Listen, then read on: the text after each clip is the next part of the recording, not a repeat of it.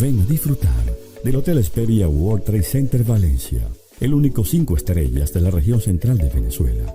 Centro de convenciones de 5.000 metros cuadrados, 323 habitaciones exclusivas y la suite presidencial más grande del país.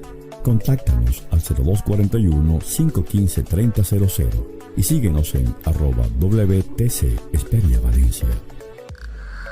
Simplemente excepcional.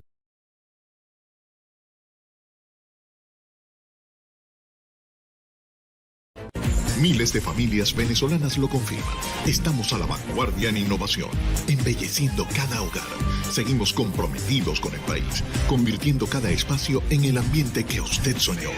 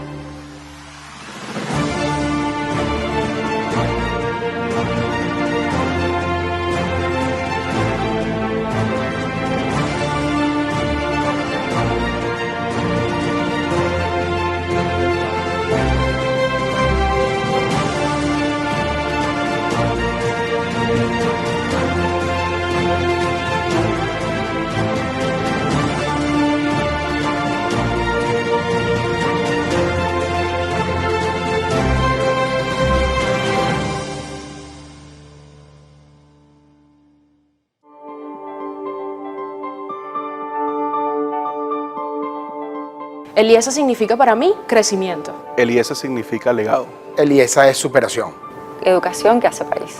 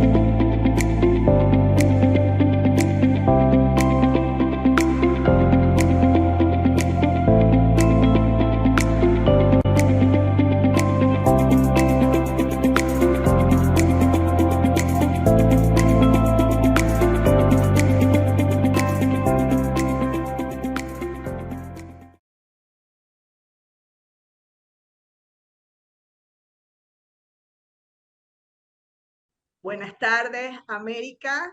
Qué gusto nos acompaña acompañen en esta, la segunda edición de CEO Mindset, un programa que conecta a América Latina a través de la red de World Trade Center, además un programa en alianza con el Instituto de Estudios Superiores de Administración IESA, la Escuela de Negocios Internacional. Quiero comenzar la sesión, siempre es bueno comenzar dando las gracias a los patrocinantes que hacen posible que esta actividad llegue a ustedes. El Hotel Hesperia World Trade Center Valencia, Cerámicas Carabobo, la piel de su hogar, siempre innovando, siempre trayendo diseños tan novedosos. Y también el orgullo de Venezuela, Ron Santa Teresa, nos respalda y nos acompaña en esta sesión. Hoy tenemos una sesión muy especial, siempre moderado por George Kastner, bueno, el líder de estrategia, consultor, speaker. Y en esta ocasión vamos a tener a Ricardo Arias Nat, quien es vicepresidente senior de la estrategia de marketing en el área de transformación digital de PepsiCo. Bueno, sin más, quiero dar la bienvenida al moderador de este evento, George Kastner. Un gusto enorme, George, que estés esta tarde con nosotros, con todo el entusiasmo que le pones a CEO Mindset.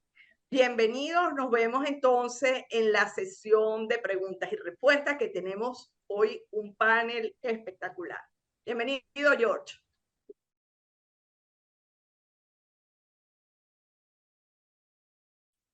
Tenemos hoy un evento de lujo. Lo hace de lujo es nuestro invitado Ricardo Arias Nat, que tiene una carrera estelar que lo llevó a distintas partes del mundo con mucha concentración en Latinoamérica, y una preparación que viene a ser construida como nivel por nivel hasta llegar hoy en día a la posición prestigiosa y de suma importancia en un mercado típicamente muy complejo y una situación de movimiento económico y social en el mundo que también lo hace complejo, y obviamente de una empresa que tiene competencia muy fuerte de otra empresa similar que no se puede nombrar en esa oportunidad. Yo traté de negociar con Ricardo que todos aquellos que vienen al evento hoy le dejan la dirección y le llega una caja de bebida favorita, pero no lo logré. Entonces, lamento que le voy a decepcionar con ese tema. Ricardo tiene una carrera académica maravillosa de escuelas de lujo en Venezuela, la Universidad Católica Andrés Bello, y en Estados Unidos, Stanford. Uno de los panelistas que se fue a Harvard me dijo que Stanford es como muy lejos en California. Entonces, ellos tienen allá su pique porque se conocen de hace tiempo. Y además de trabajar en el área de consultoría, en el tema de mercadeo de marca, con una de las personas de una de las organizaciones de Siman, que es el padre de conceptualización de marca de una empresa en el sector similar, y ha creado allá, tiene experiencia de emprendedor y allá experiencia de crecer sistemáticamente en su empresa de PepsiCo. Y también me dijo privadamente que todavía no terminó, que hay un par de eslabones en la escalera que no llegó y que está preparándose para llegar. Dios mediante y con suerte. Entonces, con esa experiencia y esa capacidad de observación de qué es lo que está ocurriendo en distintos países de nuestra área y con entendimiento global, de verdad tenemos el lujo de tener a Ricardo, y te lo agradezco profundamente de tomar el tiempo de compartir con nosotros.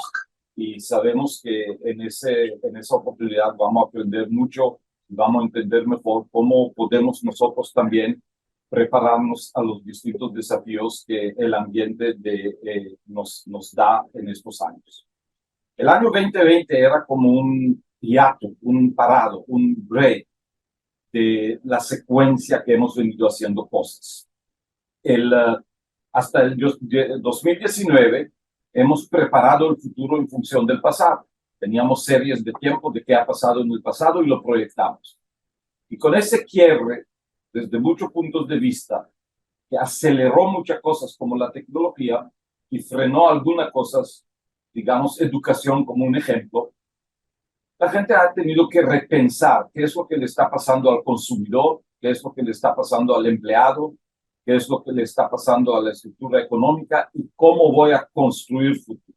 Como alguien dijo que hasta el 2020 el futuro era el pasado y a partir del 2020 el futuro hay que construirlo y no podemos necesariamente usar el pasado como proyección.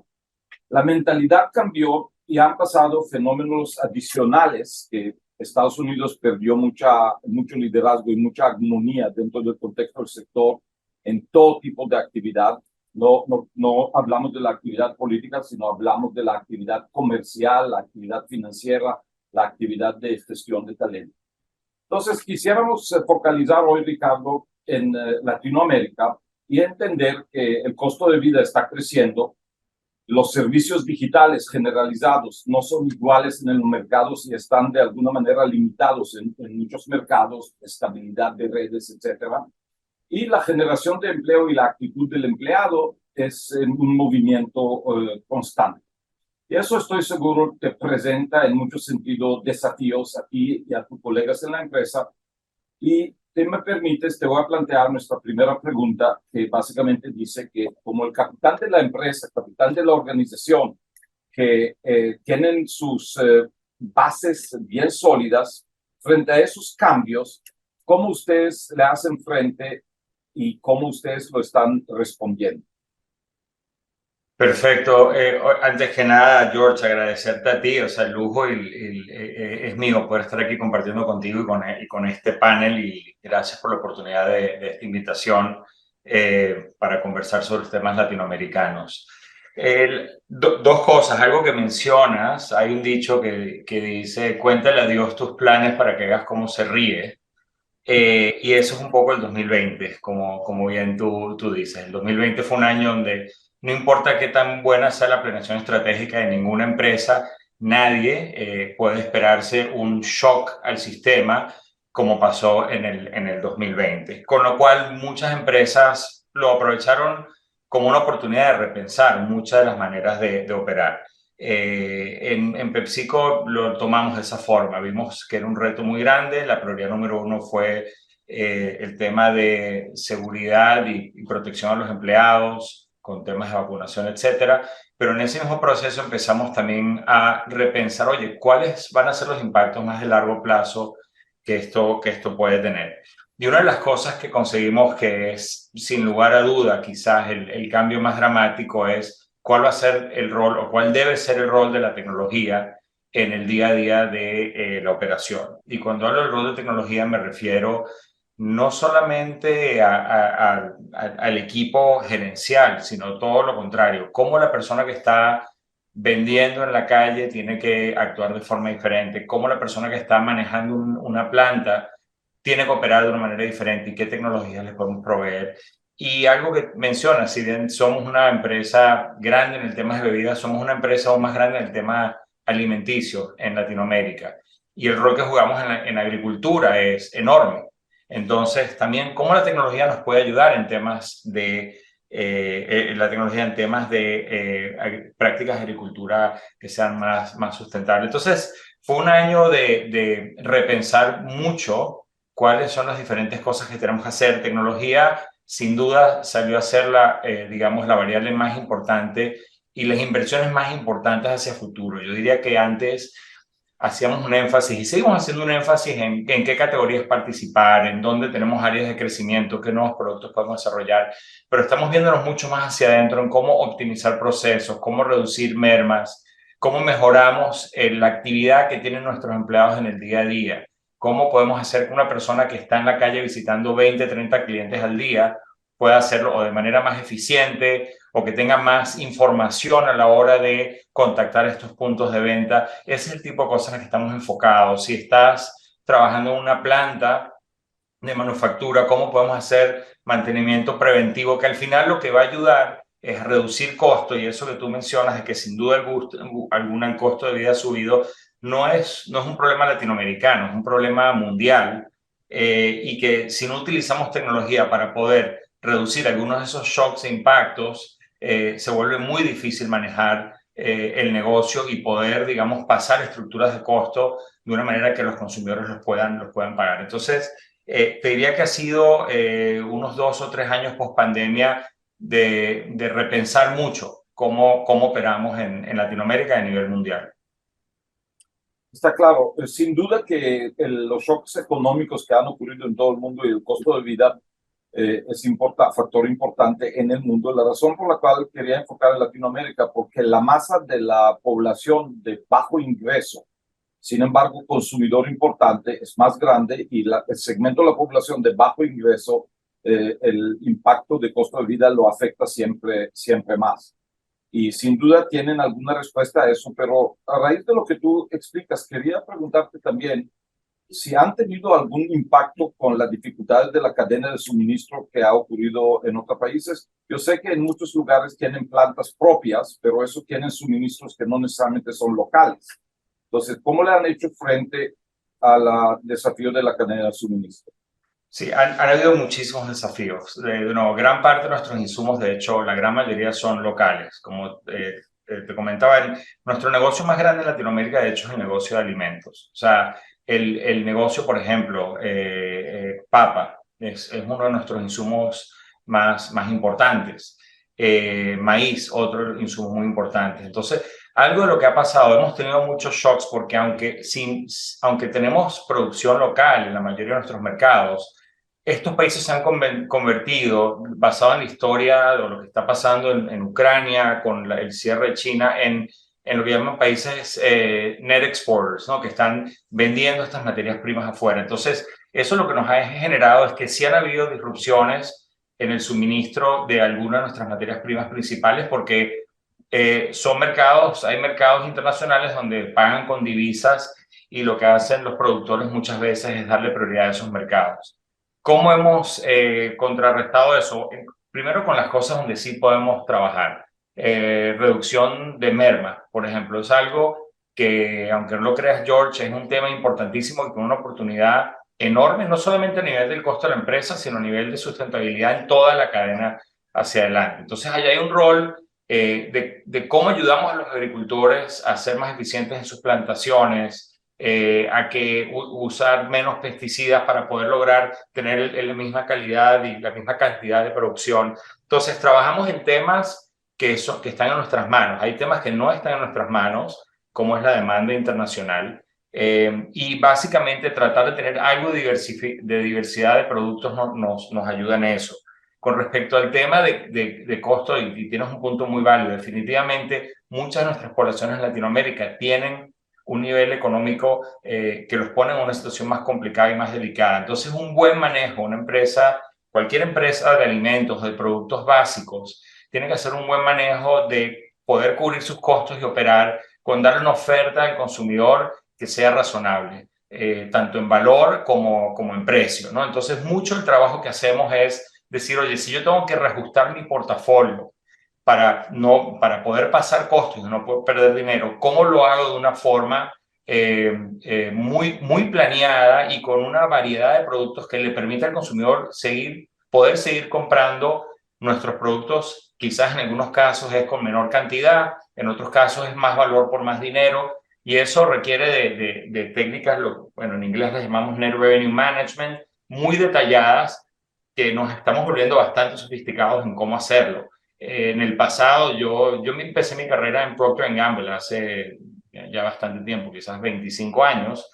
Muchas veces hacíamos un paso de precio que era, pasabas casi que en línea todo y subías los precios. Hoy en día la complejidad de cómo manejamos el portafolio, que también requiere de mucho análisis, nos ayuda a poder cubrir costos y seguir dando una oferta al valor al consumidor que consideran que es razonable.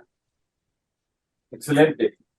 Si resumo bien en poca palabra o en una frase lo que has dicho, es básicamente fortalecer la gerencia y los controles para controlar los costos que están más de tu lado, excepto los insumos que hay que adquirir de terceros, que eso lo establece el mercado. Y parte de la forma que lo han hecho es introduciendo tecnología de control, tecnología de producción, tecnología relacionada con medición y estudiar la data para entender patrones de consumo. como abuelo de pájaro. Así es. Sin embargo, también han habido en algunos países cambios legales relativos a importación, relativos a exportación, temas ambientales, temas de control de moneda. ¿Cómo le han hecho frente a ese elemento? Mira, el tema de limitaciones, como te comento, como muchos de nuestros suministros son locales, ese no ha sido uno de los problemas más grandes. Temas, oportunidades grandes que tenemos es en el tema ambiental. Parte de lo que estamos haciendo como empresa hay cambios muy importantes a nivel de sustentabilidad ambiental en los que tenemos que trabajar, en las que estamos haciendo inversiones billonarias, o sea, literalmente billonarias con B, donde reducción de manejo, por ejemplo, de PET, material plástico para nuestras botellas, que estamos yendo a un modelo donde nuestra ambición es que todo el material que podamos usar sea de PET reciclable. Hay una cantidad de objetivos que nos hemos planteado, porque como tú bien mencionas, hay temas de regulación que están pasando en toda la región, en temas de empaque que no afectan solo a consumo, no afectan solo a empresas de alimentos, afectan también muchísimo a empresas de todo consumo masivo, ¿no? Entonces, ¿cómo manejamos en el contexto en el cual tenemos que hacer reducción de empaque? En el contexto nutricional también han habido muchas restricciones. Azúcar, grasas saturadas, sodio, son políticas muy grandes que están entrando en los mercados y que estamos, digamos, un paso hacia adelante en la transformación de nuestro portafolio para llegar a esos objetivos que están pidiendo los diferentes países. Entonces te diría, George, que el tema que más, de los tres que mencionaste, donde más nos afecta es el tema de regulatorio, tanto en temas de sustentabilidad ambiental como en temas de nutrición. Interesante. Tú sabes que otra gente con la que hemos hablado han dicho que ¿dónde estás? Te moviste en la pantalla. En otra Aquí estoy. Sí, pero te miré allá donde estabas antes, no te encontré. Otra persona con la que hemos hablado manifestaron que uno de los desafíos grandes es como un cambio de actitud y mentalidad de los colaboradores, tanto terceros externos como internos en el trabajo. Tú obviamente sabes, naturalmente, que todo ese movimiento de regresar a la oficina genera ciertos problemas y las empresas buscan un modelo híbrido y en distintos países obviamente tenía otra respuesta. ¿Qué programas, qué actividades han hecho ustedes para afrontar ese aspecto? Sí, bueno, primero, George, hay un punto importante. Somos una empresa, una de las pocas empresas en Latinoamérica, contado con una mano y corta, que tenemos lo que llamamos distribución directa a tiendas, ¿no? Y como sabemos, en Latinoamérica estamos hablando de millones de puntos de venta. Nosotros visitamos más de 900.000 puntos de venta en México, por ejemplo, ¿no? Más de casi 400, o sea, es un número enorme. Y obviamente cuando hablamos de la gente de PepsiCo, no podemos hablar solo de regreso a la oficina, porque estamos hablando de decenas de miles de empleados que están en la calle, no están yendo a una oficina. Y de hecho, durante la pandemia visitaron a clientes con ciertas mejoras tecnológicas que les permitían hacer su trabajo un poco más fácil, como herramientas como WhatsApp y otras técnicas de usar teléfonos, ¿no? Entonces, cuando hablamos de cuál es el cambio de mentalidad de empleados, en el caso de PepsiCo, creo que tenemos que diferenciar entre lo que es lo que llamamos el frontline y lo que llamamos el non-frontline, ¿no? Entonces, creo que tu pregunta va más hacia el non-frontline. ¿Qué cambios hemos implementado en el non-frontline, en la gente que sí tiene que ir a la oficina? En primer lugar, desarrollamos unos principios que llamamos Work That Works, que significa, bueno, trabajo que funciona, ¿no? En inglés quizás suena mejor el argumento. Hemos implementado algo de flexibilidad a la hora de cuántos días debes estar en la oficina. Ahora, sí pensamos que hay un beneficio enorme de hacer que la gente esté y comparta en la oficina. Ahora, no queremos que la gente vaya a la oficina simplemente a sentarse a escribir emails, porque si lo que vas a hacer es escribir correos electrónicos en la oficina, sabemos lo que son los tiempos de commute en Latinoamérica. Tampoco queremos que empleados estén 2 horas manejando para sentarse en un lugar y escribir emails, que pudiesen escribir desde su casa. Entonces, lo que queremos es que haya un propósito a la hora de ir a la oficina, que haya conexión los días que la gente está en la oficina. Pueden ser 3 o 4 días a la semana, pero queremos estar seguros que esos días hay un propósito y que las juntas tengan sentido de que sucedan con la gente de manera presencial. Algo que es súper importante, George, es sobre todo para nuevos empleados. Lo que hemos aprendido es que necesitan ese espacio de oficina. Es muy difícil incorporarse a la cultura trabajando desde casa en un ambiente como el que estamos ahora. Una persona que tiene 3 meses en una empresa, es muy difícil que pueda leer el DNA de la empresa de una forma remota. Entonces, eso es algo en lo que estamos trabajando y seguimos trabajando, pero hay más flexibilidad a partir de la pandemia, pero el regreso a la oficina sí lo vemos como algo inevitable, al menos algunos días a la semana. Eso es interesante. La pregunta también es que relacionada con eso, si han habido algunos requisitos que la empresa impuso, como ha pasado en otras empresas, que no puedes venir a trabajar ni en la fábrica ni en la otra parte si no estás vacunado o si no vienes con mascarilla. ¿Ustedes han exigido eso o lo dejaron a cada colaborador de que decida su propio destino?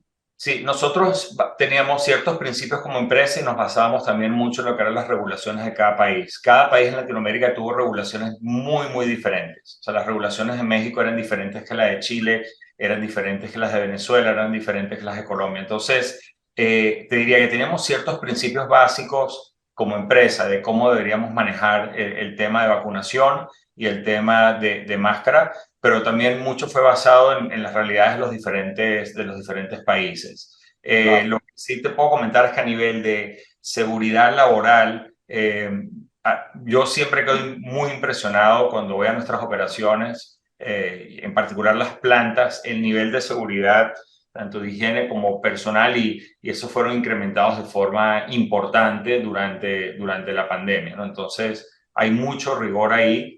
Y bueno, PepsiCo no es la única empresa, hay muchas empresas que yo creo que lo hacen bien en Latinoamérica, no solo empresas transnacionales, inclusive muchas empresas multilatinas que hacen un excelente trabajo en términos de seguridad a sus empleados.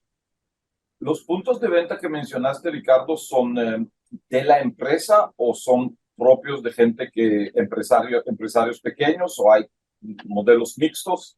No, son empresarios pequeños. O sea, cuando uno ve el aporte a las comunidades que empresas como PepsiCo trae es enorme, ¿no? Porque Latinoamérica está llena de entrepreneurs.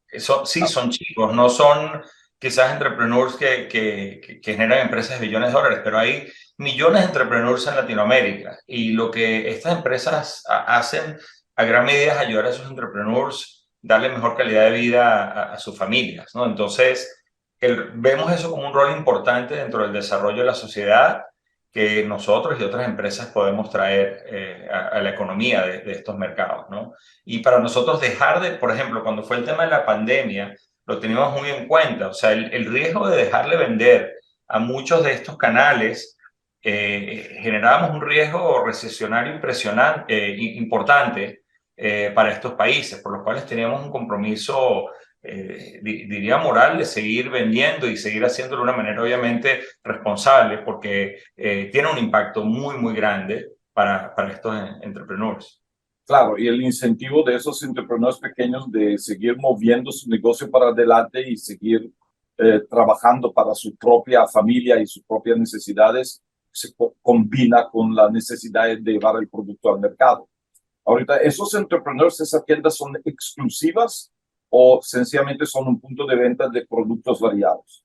No son exclusivos, son puntos variados. Y yo te diría que en la mayoría de los mercados, claro, no tienen una variedad de productos en consumo masivo como ir a un autoservicio, un supermercado, pero sí tienen la mayoría de los productos básicos, ¿no? Tanto de alimentos como de limpieza, como productos en general del hogar, ¿no? Entonces, eso es un poco cómo funciona el negocio en la región en temas de consumo masivo. Hay muchas empresas que utilizan un canal mucho más, utilizan a distribuidores o utilizan mayoristas. En el caso de PepsiCo tenemos una porción, digamos, desproporcionada de ir directo a estos clientes, y es una de las ventajas competitivas que tenemos como empresa, ¿no? Eso es algo que nos diferencia de otras. ¿Y los distribuidores son propios o también son pequeños empresarios? son también pequeños empresarios y en algunos países pueden representar gran parte de la venta. Un país como Argentina, por ejemplo, tenemos un sistema de distribuidores muy fuertes, mientras que en otros países es más una combinación. Yo supongo que con los esquemas de promoción y esquemas de trabajo, ustedes tienen un manejo tecnológico de optimizar rutas o de predecir cantidades a llevar a dónde de una manera sistemática, y es una ayuda que le ofrecen a los distribuidores y a las tiendas. Es correcto. O sea, mucha de la inversión en tecnología, George, que hemos hecho es en temas de logística, despacho dinámico, manejo de órdenes. Tenemos unas torres de control bien interesantes de cómo manejamos el flujo de productos por cierto, que va desde el campo a nuestras plantas y luego de nuestras plantas a los puntos de venta, ¿no? Podemos ver en tiempo real con nuestras torres de control qué está pasando en diferentes lugares, si tienes que hacer cambios de ruteo, que pasa mucho en Latinoamérica, ya sea porque tienes una huelga o un cierre de calle o algo, donde todo eso tiene que ser manejado. Y luego está también toda la parte de manejo de inventario, que también tiene que ser muy, muy detallado. Claro. Hemos hecho mejoras importantísimas, ahora seguimos invirtiendo. O sea, siempre hay oportunidades en el área de tecnología de hacer las cosas mejor, ¿no? Y cada vez que las mejoras, tienes un impacto en costo fantástico, ¿no? Entonces son cosas que tienen un pago bastante rápido. Ok. Bueno, les deseo mucha suerte en Bogotá ahorita con el metro para ver cómo se movilizan en la distribución y no pierden 3 horas en la cola, o lo que ellos llaman el trancón, para poder avanzar. Eso son cosas impredecibles que uno no controla, pero hay que tomarlos en cuenta.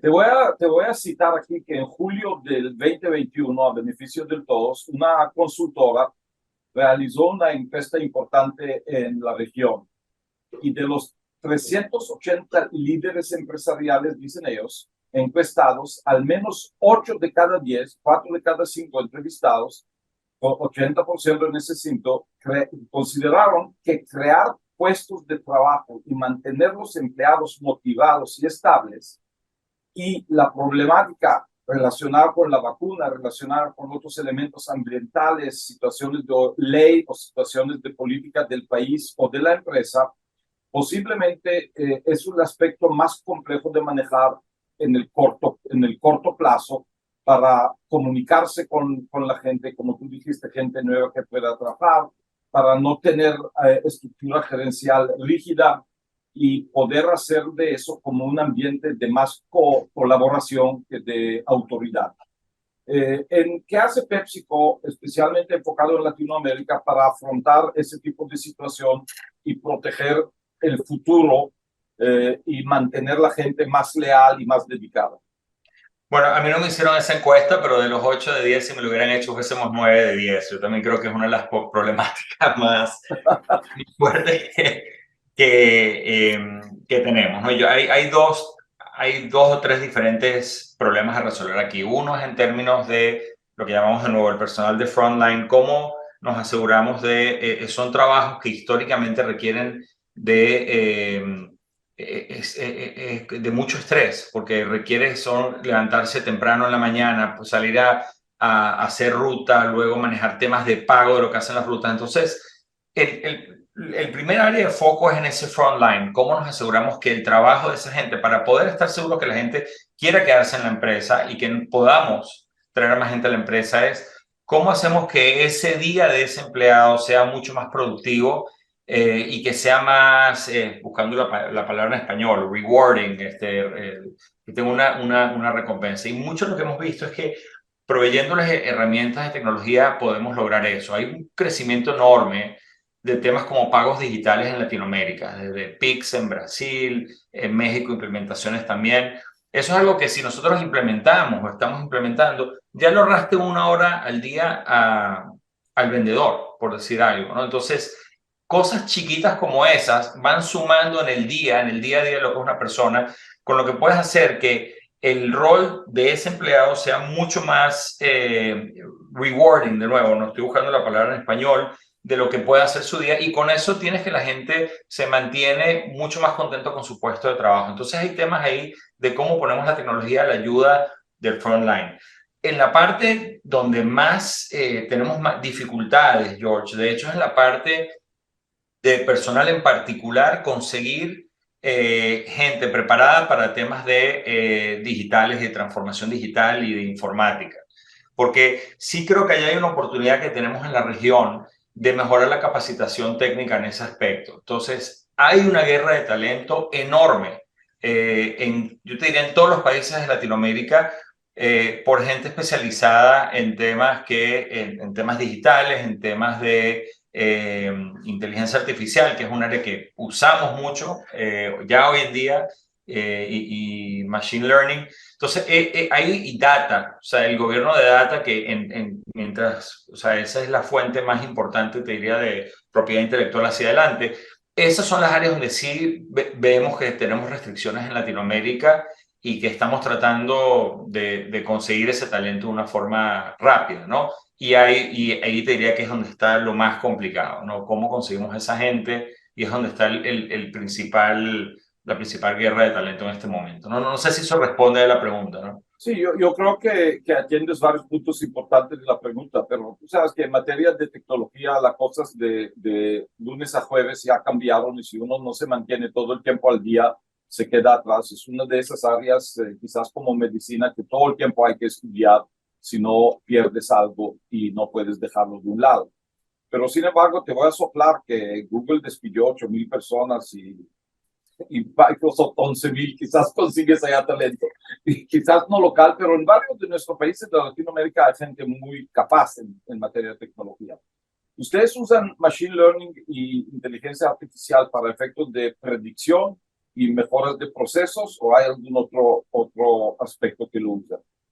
Lo usamos para predicción, lo usamos algo para mejora de procesos, lo usamos para inclusive manufactura, lo estamos usando mucho para temas de mantenimiento preventivo, por ejemplo, cosas súper interesantes que estamos implementando en muchas de nuestras plantas. Utilizamos mucho para el lado comercial. Cuando visitamos a clientes, no son 900,000 puntos de venta, históricamente tú vendías los mismos productos a todos los mismos puntos de venta, con los mismos SKUs, etc. Eso está cambiando muchísimo. O sea, utilizamos inteligencia artificial para definir cuál debería ser la orden, cuál debería ser la próxima acción recomendada al vendedor. O sea, si este vendedor ya va a un punto de venta y ya hay X cantidad de productos, ¿cuál es el próximo producto que este vendedor debería estar enfocado en vender?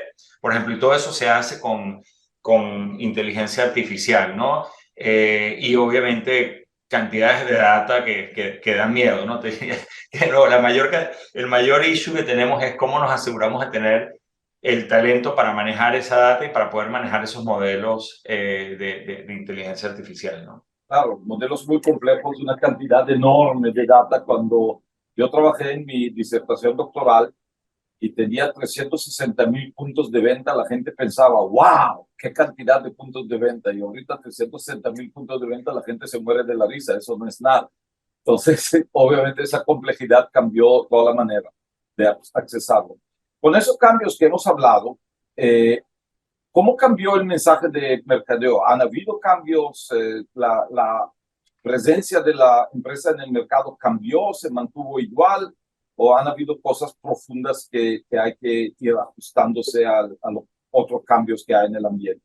Es una excelente pregunta, ¿no? Porque somos consumo masivo. Históricamente consumo masivo eran 4 comerciales de televisión importantes al año, con la mamá, un niñito y un perrito, y con eso hacías que la gente comprara más producto. Eso está cambiando muy rápidamente. No quiere decir que no sigamos haciendo comerciales muy divertidos, muy grandes, pero está cambiando mucho también a una interacción directa 1 a 1. Tenemos algunas aplicaciones directas del consumidor. No hacemos tanto venta directa al consumidor, hacemos algunas cosas, tenemos más asociaciones, pero no vendemos directamente. Pero sí tenemos aplicativos donde las personas, cuando compran nuestros productos, pueden, digamos, tomar fotos del producto que tomaron, ir acumulando puntos, ese tipo de cosas que antes era mucho más difícil hacer. Entonces, hoy en día tenemos mucho más conocimiento del consumidor final y first party data, ¿no? Y esa data que te permite hacia adelante mejorar tu retorno de inversión de forma muy importante a quien haces publicidad. Ya no es un tema de agarrar una bazooka y dispararle al televisor, es mucho más, digamos, campañas mucho más milimétricas basado en redes sociales, ¿no? Entonces, hay un cambio muy grande ahí. Te diría que estamos moviéndonos de utilizar redes sociales sin tener conocimiento digamos, del first party data, a nosotros ser dueños también de la información de nuestros clientes y manejar nosotros esa información, con lo cual, digamos, el tema de attribution marketing, ¿no? Que es cómo realmente, digamos, entendemos de manera mucho más directa quién está comprando y cuál es el retorno de inversión, que antes, irónicamente, muchas empresas como bancas, seguros, eran mucho mejores que consumo masivo en hacer esto, porque muchas de las transacciones ya estaban pasando en Internet.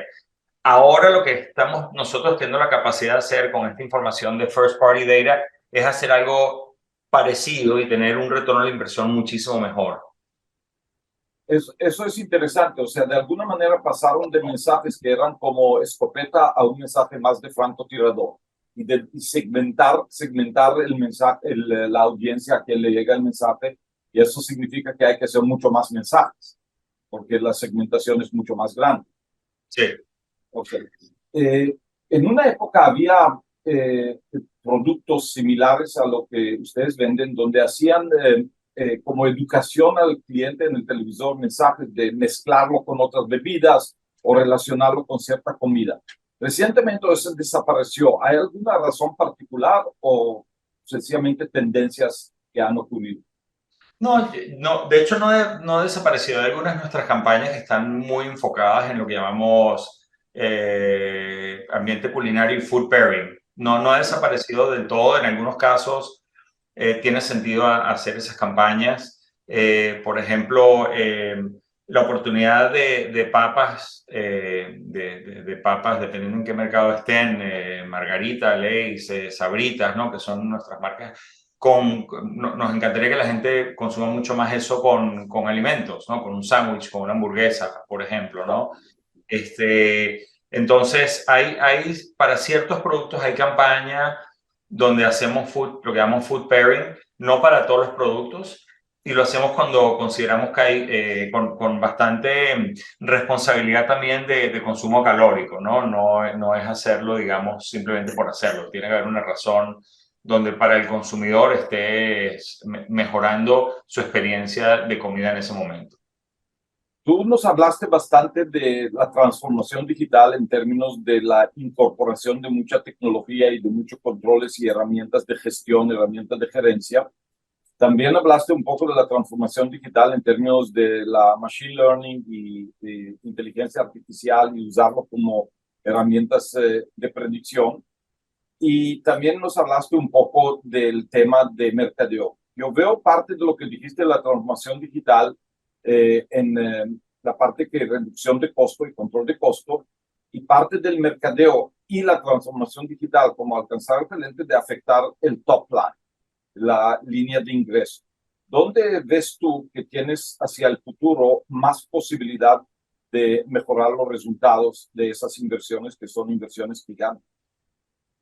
Uy, hay tantas líneas, George, del P&L que podemos tocar con el tema de automatización y utilización digital.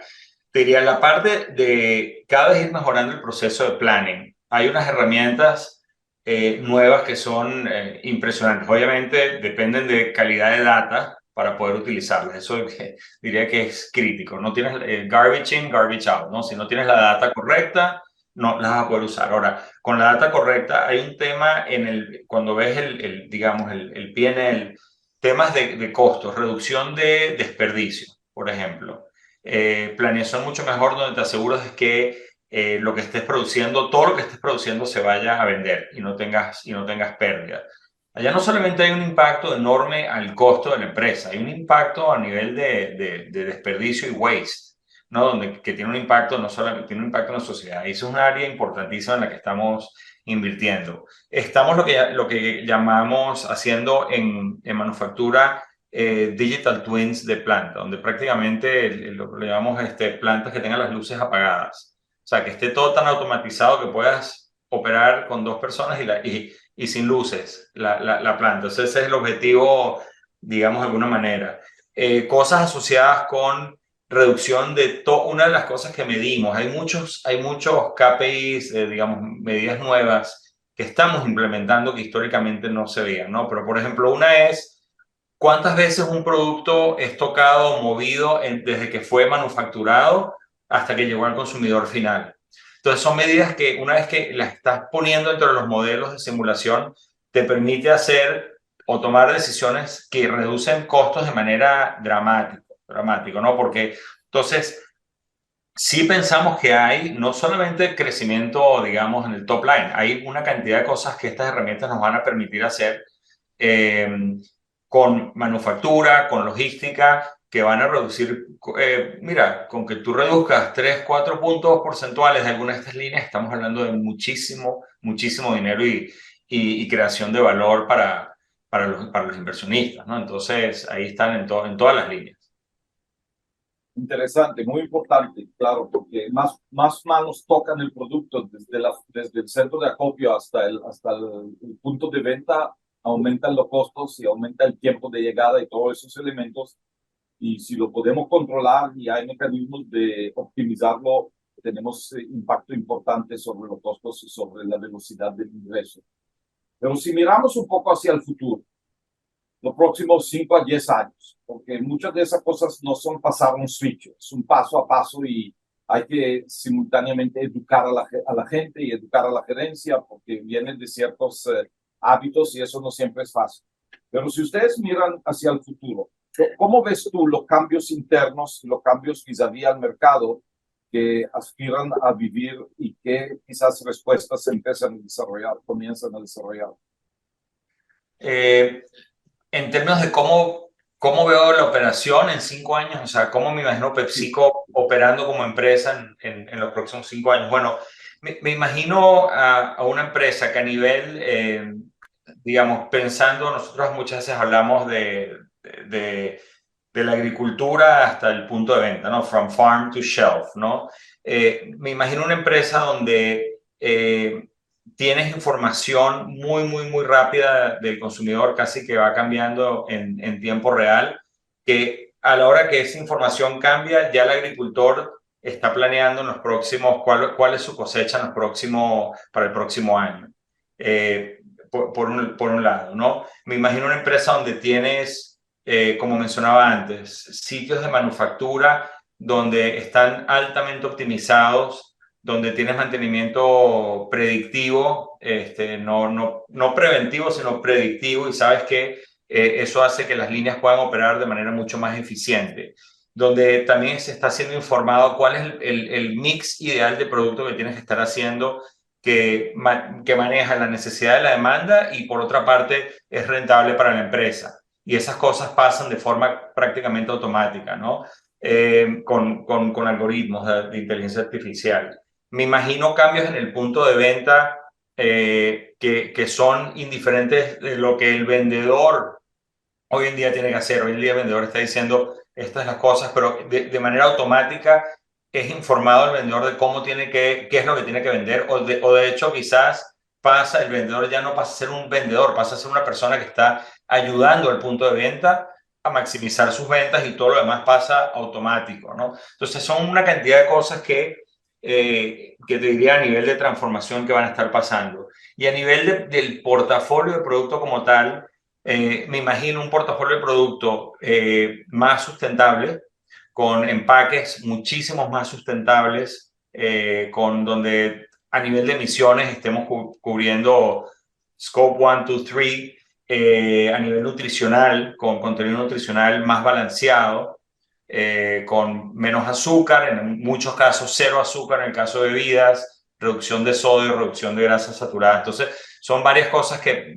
de nuevo, en 5 años me imagino que ahí vamos a estar con un portafolio también mucho más saludable. Entonces, yo puedo seguir tomando y comiendo el producto sin preocupación de impacto sobre mi salud.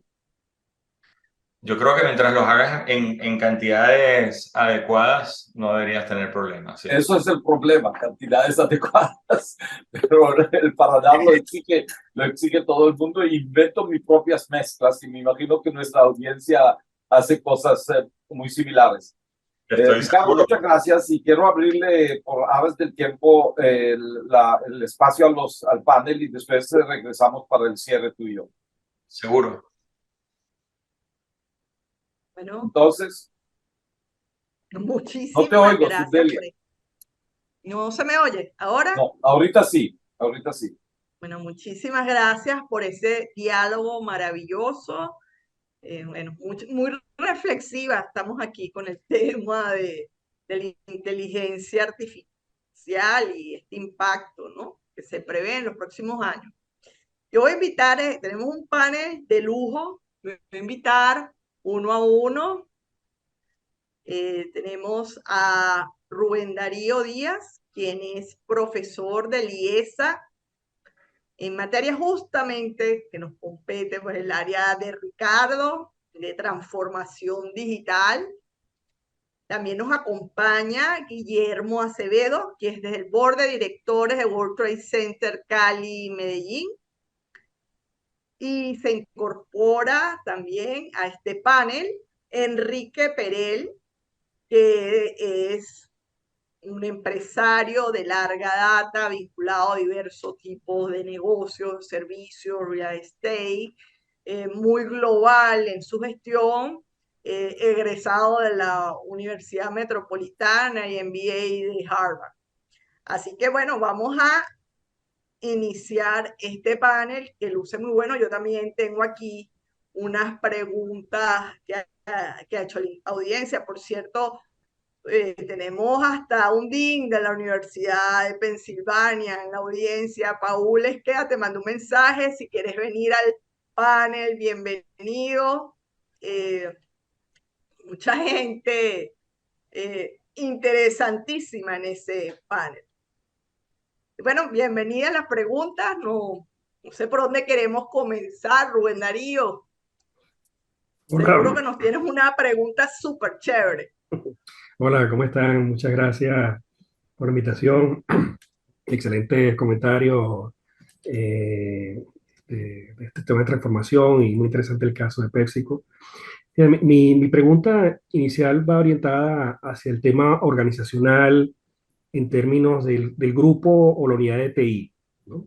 Si en la experiencia o lo que ustedes han desarrollado ha habido alguna redefinición del rol de este grupo, si se ha modificado, porque esto puede tener varios sabores, desde simplemente asignarle más recursos para invertir, hasta integraciones mucho más profundas con otras áreas de negocio. ¿Cómo ha sido ese proceso en PepsiCo para apoyar este proceso de transformación desde el grupo de TI?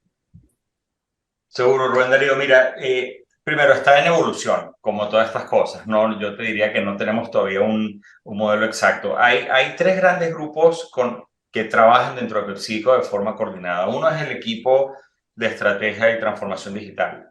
El segundo es el equipo de TI, de tecnología, y el tercero es una unidad de negocios que son servicios compartidos, que es lo que llamamos Global Business Services, ¿no? Entonces, estas tres unidades trabajan de la mano y, como te digo, no es perfecto, estamos cada vez mejorándolo, pero estrategia y transformación busca definir cuál es la estrategia en general hacia adelante de crecimiento y maneja, digamos, lo que llamamos la transformación digital end-to-end.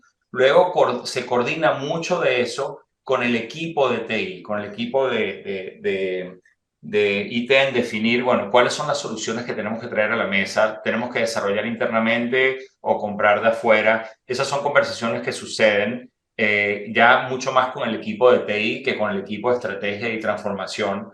Y luego tenemos una parte de estos servicios globales que en algunos casos toman la responsabilidad, por ejemplo, de ya sea un manejo de data o manejo de relaciones con el cliente, todo lo que tiene que ver con organizar y que puedan ser replicados en otras regiones, las vamos llevando a este grupo de servicios compartidos, donde tenemos varios puntos en el mundo. Tenemos en México un centro muy grande, en Hyderabad otro muy grande, en Cairo tenemos uno grande. Entonces, utilizamos ese equipo también como para replicar los aprendizajes y los cambios tecnológicos y poder llevarlos a a todo el mundo. ¿Es la organización perfecta? No, estamos trabajando poco a poco en ver cómo ese trabajo se hace de forma más coordinada, pero sí considero que estamos en un lugar muchísimo mejor que hace 5 años, donde muchas de estas cosas ni siquiera existían, ¿no? Entonces, eso es un poco el punto de vista organizacional, cómo lo estamos viendo. Gracias. Gracias. No sé si Guillermo quiere comentarnos algo. Muchas gracias, Subdelia. Un muy cordial saludo a todos los que nos acompañan el día de hoy y en especial a George como coanfitrión y a este espectacular entrevistado del día de hoy, Ricardo. Aplausos bueno, a ti y a la organización que representas, porque evidentemente los retos que subyacen son enormes y por ponerlo de alguna forma, pues ustedes están en el ojo del huracán permanentemente en todos estos procesos de transformación.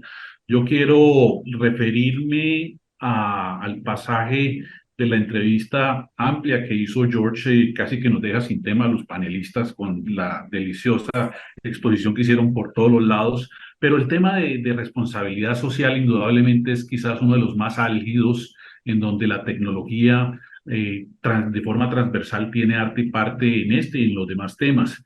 En lo que corresponde a responsabilidad social, ustedes como organización global que son, ¿han pensado en trabajar en modelos cooperados con, llamémoslo, la competencia local? Y tú te referías en tu intervención a que Latinoamérica es un hervidero de emprendimiento. ¿Y han pensado o lo tienen contemplado dentro de su estrategia, especialmente en estos temas de responsabilidad social, trabajar cooperadamente con ellos? Y si sí, ¿cómo y cómo aplica la tecnología en estos menesteres? Muchísimas gracias por tus palabras, Guillermo. Estuve, de hecho, la semana pasada en Colombia, por cierto. Está muy interesante. La respuesta es, no solamente lo tenemos pensado, lo hacemos en diferentes áreas. Lo hacemos en el área de recolección de desperdicios. O sea, tenemos cooperación con nuestra competencia directa en muchos temas, por ejemplo, de reciclaje de PET en términos de plástico, porque es un tema que la industria completa tiene que buscar una solución y tenemos que coordinar ese esfuerzo como industria, ¿no? Una botella, sea de Pepsi o de la competencia, que queda en un lugar bien reciclado, es un problema para toda la industria. Entonces, el primer punto donde tenemos muchísima colaboración es en el tema de reciclaje, de hecho, inclusive en algunos casos, ciertas inversiones conjuntas en empresas terceras donde hacen la recolección. Entonces, hay un tema de sustentabilidad ambiental donde hay muchos acuerdos y trabajo conjunto. El otro es en el área de desarrollo de talento.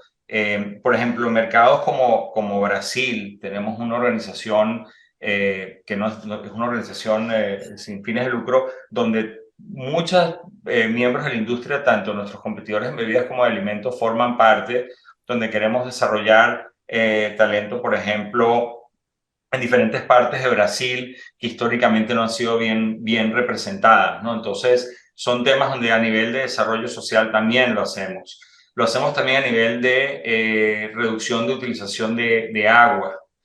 Nosotros tenemos sitios y en muchas de nuestras plantas tenemos la capacidad de hacer, digamos, reciclaje y mantenimiento de agua. Tenemos plantas que tienen más de 100 días operando sin una gota de agua entrando en la planta, todo por medio de reciclaje de agua, y en algunos casos tenemos colaboraciones con empresas competidoras o empresas asociadas donde traen el agua y nosotros manejamos el tema de reuso. Entonces, hay varios temas ahí, Guillermo, en el contexto tanto ambiental como en el de desarrollo de gente, donde sí trabajamos como industria, ¿no? Más allá que como compañía de manera individual. Muchas gracias, muy bien.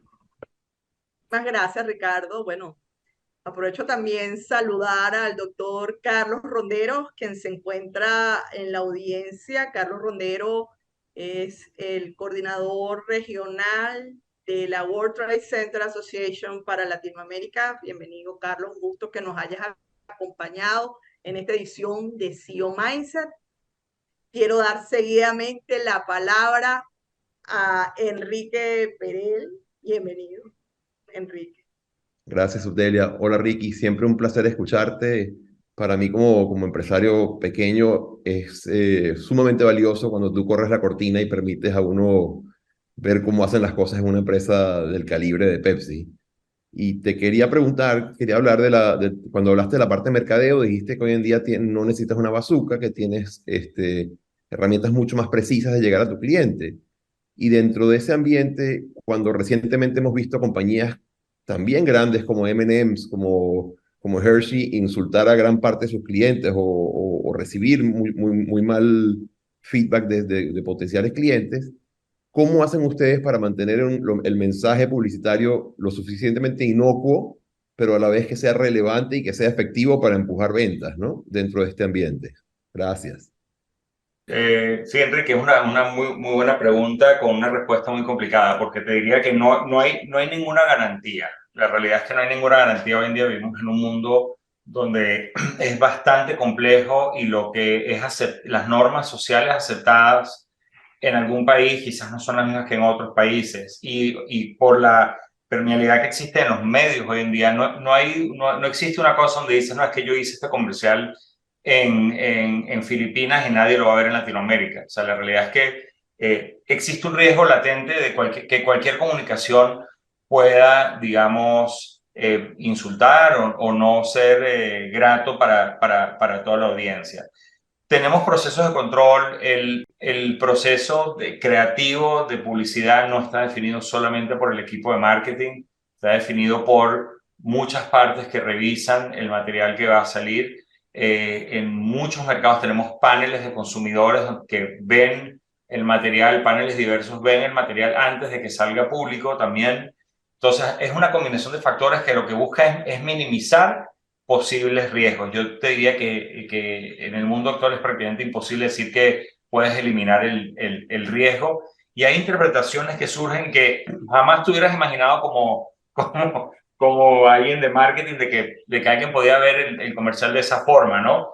Pero se busca tratar de minimizar el impacto, ¿no? Es lo que te diría. Siempre hay también, y lo hablaba con George antes, ¿no? Este tema de que ahorita tienes miles de microcampañas también.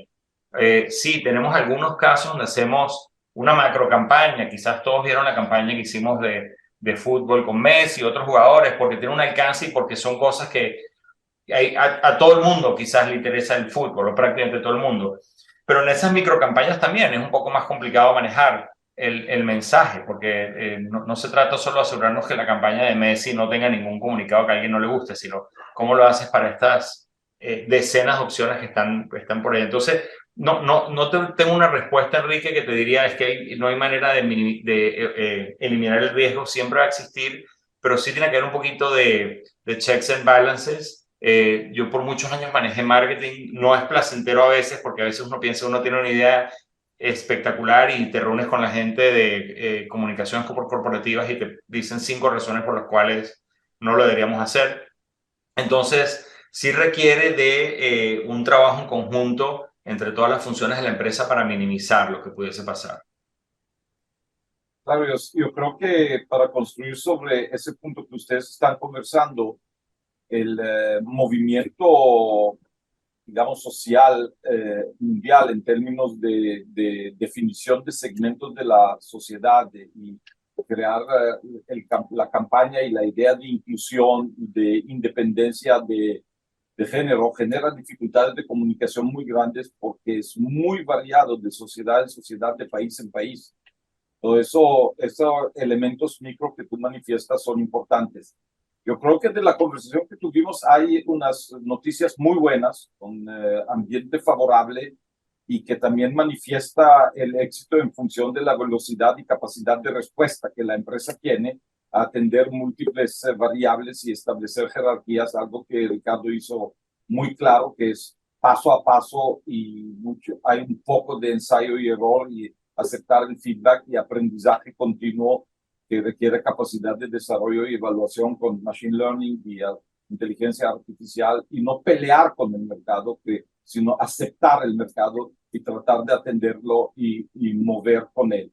El consumidor en ese sentido tiene una fuerza de influencia sustancialmente mayor de lo que ha habido en el pasado, donde el fabricante le dijo al consumidor lo que tiene que tener. Ahorita el fabricante le tiene que responder al consumidor lo que el consumidor aspira. Y eso, para poderlo hacer, requiere cercanía al consumidor, requiere, por la cantidad de mercados, cantidad de sabores, cantidad de productos alimenticios de distintos sabores, requiere mecanismos de manejo y de gestión sustancialmente superiores a lo que podemos hacer con papel y lápiz o lo que hacíamos con papel y lápiz. Una cosa que Ricardo no dijo expresamente es que tenemos buenas noticias también vis-a-vis a la tecnología. Uno, que no es tecnología creativa, sino que es tecnología que responde. Y dos, que a nosotros todavía no nos ha robotizado. Así que hay esperanza en términos de mirar adelante, Por ahora, que todavía vamos a tener influencia. Ricardo, aprovecho de nuevo darte muchísimas gracias, chapeau con tu presentación y el tiempo que nos has dedicado, y por los comentarios que has escuchado y algunos mensajes que están en el chat que han dicho. Ahorita te comprometiste a volver en unos meses para seguir la conversación contigo. Así que muchas gracias. No está viendo el chat, pero muchísimas gracias a ti, George, a Liesa, a Guillermo, Rubén, Enrique, a todo el equipo por la invitación, y un placer de verdad estar aquí con todos ustedes. Muchísimas gracias. Gracias a toda la audiencia. Gracias, Subdelia, por tu ayuda y apoyo y la logística que hay atrás. El World Trade Center siempre presente. Y les agradezco muchísimo y nos vemos de nuevo en aproximadamente un mes. Así Muchísimas gracias. Hasta luego. Que tengan buenas tardes. Buenas tardes.